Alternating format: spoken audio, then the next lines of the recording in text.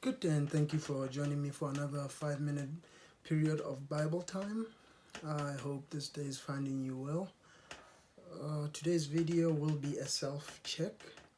As always, I like to at least have a little point where we stop and look back at what we've learned, just see if it's getting us somewhere. So we've been looking at the books of First and Second Samuel, and also First and Second Kings.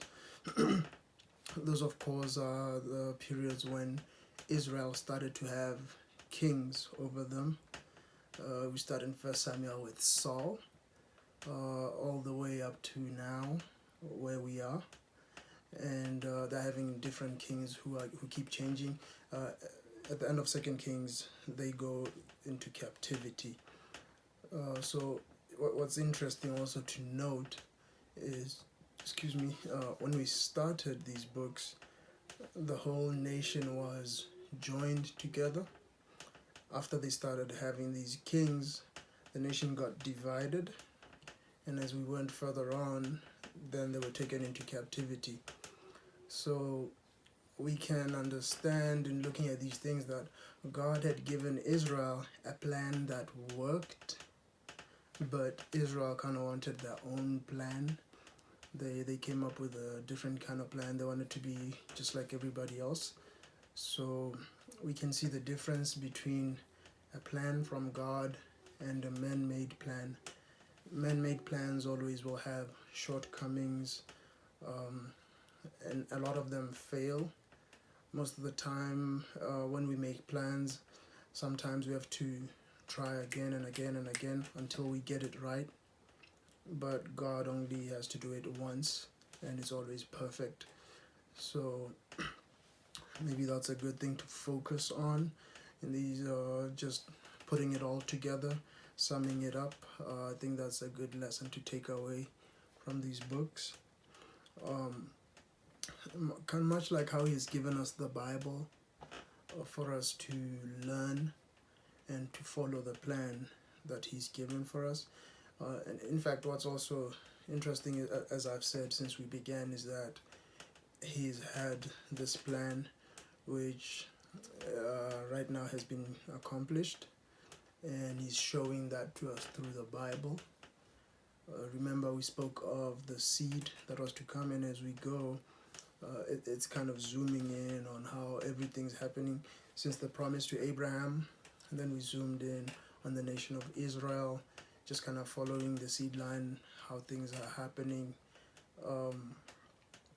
But yeah, it's pretty interesting. You know, a lot of Bible study. I guess it's good to have an expected outcome, something you, or maybe, like I said, if you have that summary at the top, and then you study with that summary there, you get a lot more out of it. So maybe since we've looked at those books, even though it's just an overview, and I promise you, it's a very small bit of what you can get out of those books. And I definitely hope it encourages you to look more into them, and those things jump out a lot more at you, so that you gain a lot more knowledge out of it. You enjoy your studies, and if you're not, as I've suggested going along, and I think I should keep suggesting this, if you're not enjoying your Bible studies, then change how you're doing it. Maybe every once in a while try and study with somebody. Have a Bible reading app read the Bible to you. Try reading a paperback, as in an actual physical Bible. Try, you have to try different approaches until you find that the one which works, because you can study your Bible. It's not boring. It's not impossible. You just have to find the proper way that will work for you, and then you will incorporate everything else after you found your proper method. So again, just wanted to encourage you with those words, and I certainly hope these short little studies are helping you bite into that big apple. See you next time, and enjoy your Bible studies.